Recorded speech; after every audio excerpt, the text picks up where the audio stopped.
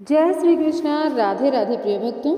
हिंदू पंचांग के फाल्गुन मास के शुक्ल पक्ष में प्रतिपदा से लेकर अष्टमी तिथि के मध्य किसी भी दिन आस माता का व्रत एवं पूजन किया जा सकता है। आस माता का पूजन के बाद आस माता की कहानी अवश्य सुने। आस माता का व्रत और पूजन करने वाले के जीवन में कोई कष्ट नहीं आता। जो भी विपत्ति आती है आस माता बड़ी आसानी से उसको दूर कर देती हैं। तो आज के वीडियो में बात करेंगे अब की बार फाल्गुन मास में यह आस माता का जो व्रत है यह कब है और कैसे रहेगी पूजा की विधि। तो वीडियो को कंप्लीट देखिएगा। वीडियो में आगे बढ़ने से पहले चैनल को सब्सक्राइब करके वीडियो को लाइक कर दीजिए। कमेंट बॉक्स में लिखिए जय माता की। देखिए, फाल्गुन मास की शुक्ल पक्ष की प्रथमा तिथि से शुक्ल पक्ष की अष्टमी तिथि के मध्य किसी भी दिन आस माता के पूजन और व्रत को किया जा सकता है। इस वर्ष आस माता का व्रत एवं पूजन 11 मार्च 2024 वार सोमवार से लेकर 17 मार्च 2024 रविवार के मध्य कभी भी किया जा सकता है। हिंदू मान्यता के अनुसार आस माता की पूजा और व्रत करने वाले मनुष्य का कभी अनिष्ट नहीं होता। इस व्रत और पूजन के विषय में ज़्यादा लोग नहीं जानते।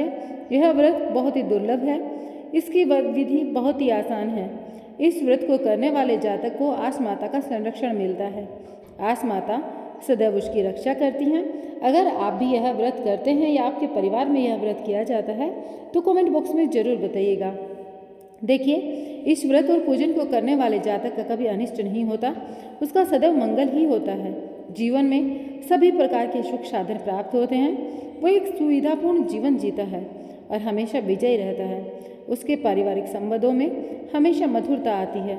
फाल्गुन मास की शुक्ल पक्ष की प्रतिपदा से अष्टमी तिथि तक के बीच में यह व्रत कभी भी किया जा सकता है। व्रत के दिन प्रातःकाल स्नान आदि नित्य क्रिया से निवृत्त होकर स्वच्छ वस्त्र धारण करने चाहिए।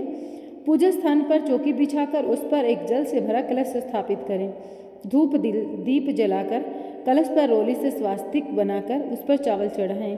फिर गेहूं के 7 दाने हाथ में लेकर आस माता की कहानी कहें या सुने।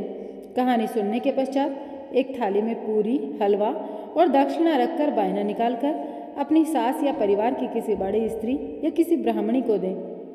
फिर उनके पैर छूकर आशीर्वाद प्राप्त करें। बायना निकालने के पश्चात स्वयं भोजन करें। दिन में एक समय भोजन करें। यदि किसी के पुत्र का जन्म हुआ हो या पुत्र का विवाह हुआ हो तो उस वर्ष आस माता का उद्यापन किया जाता है। तो आस माता का जो उद्यापन है उसकी विधि मैं आपको बताती हूँ। आस माता के व्रत के उद्यापन में आपको जैसे ऊपर बताया अभी मैंने थोड़ी देर पहले उस तरीके से पूजा करनी है। उसके बाद उद्यापन के लिए 4 पूरी और हलवे के 7 बायने निकालने हैं। उसमें से एक पर कपड़े रखने हैं जो भी आप देना चाहते हैं और दक्षिणा रखनी है। फिर अपनी सास को देना है अगर सास पास में है तो, नहीं तो फिर आप किसी ब्राह्मणी को दान दे सकते हैं और चरण स्पर्श करके फिर आप आशीर्वाद प्राप्त करें। फिर बाकी 6 बायने सुहागिन स्त्रियों में बांट दें। अब बात करते हैं आस माता के व्रत की कहानी की। तो चलिए, मैं आप लोगों से कहना चाहूँगी व्रत की इस कहानी को बहुत ही श्रद्धा भाव के साथ में सुनिएगा। बहुत समय पहले की बात है। एक गांव में एक आसलिया नाम का आदमी रहा करता था।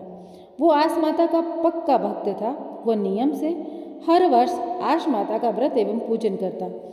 आसलिया चौसर का बहुत मजा हुआ खिलाड़ी था। उसकी एक विशेषता यह भी थी कि वो चौसर में जीते या हारे उसके बाद ब्राह्मण को भोजन अवश्य कराता था। आशल्या आए दिन भोजन के लिए ब्राह्मणों को घर लाया करता। उसकी इस बात से उसकी भाभियाँ और माँ बहुत ज़्यादा नाराज रहते थे। एक दिन उन्होंने क्रोध में आकर आशल्या को कहा कि आप चौसर में हारो या जीतो हमें उससे कोई फर्क नहीं पड़ता। कोई ढंग का काम तो करते नहीं हो। आए दिन किसी न किसी को खिलाने के लिए यहाँ ले आते हो। ऐसा कहकर सभी आशल्या को घर से चले जाने के लिए कह देते हैं। आशल्या घर व गांव छोड़कर नगर में चला जाता है। वहां शुरुआत में उसे बहुत परेशानी होती है। उन दिनों आस माता का व्रत का समय आया था। उसने सब कुछ छोड़कर आस माता का व्रत एवं पूजन किया। आस माता की कृपा से उसकी सभी परेशानियां समाप्त हो गई। चौसर के खेल ने उसे उस नगर में बहुत प्रसिद्ध बना दिया। उसके पास धन धान्य की कोई कमी नहीं रही।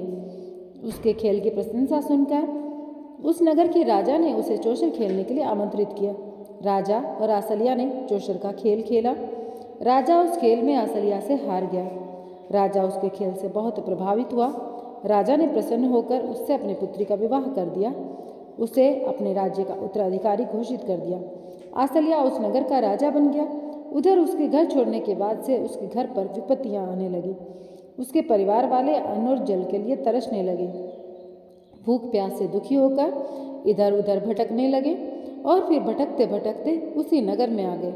उन्होंने नगर में आसलिया के विषय में लोगों से सुना कि वो प्रतिदिन ब्राह्मणों और गरीबों को भोजन कराता है। उसके समान चौशर कोई खेलता ही नहीं। यह सब बातें सुनकर उन्हें आसलिया की याद आ गई, लेकिन वो भूख मिटाने और राजा के दर्शन के लिए सभी राजमहल के प्रांगण में पहुंच गए। उस दिन राजा आसलिया ने लोगों को अपने हाथ से भोजन परोसा। अपने परिवारजनों को देखकर आसलिया ने उन्हें पहचान लिया। उन सभी ने भी आसलिया को पहचान लिया और आसलिया ने उन सभी का स्वागत किया। वह सभी से मिलवाया। तब उसके परिवार वाले अपने किए हुए कार्य पर लज्जित हुए। उन्होंने उससे क्षमा मांगी। आसलिया ने उनसे कहा, मैंने कभी आपकी बातों का बुरा नहीं माना। जो आपने किया वो आपकी करनी थी और जो मैंने किया वो मेरा कर्म था। मुझे जो कुछ भी प्राप्त हुआ वो आश माता की कृपा से प्राप्त हुआ है। अतः तब से सभी लोगों को इस व्रत के विषय में जानकारी मिली। लोगों ने फाल्गुन मास के प्रथमा से लेकर अष्टमी के मध्य इस व्रत और पूजन को करना प्रारंभ कर दिया।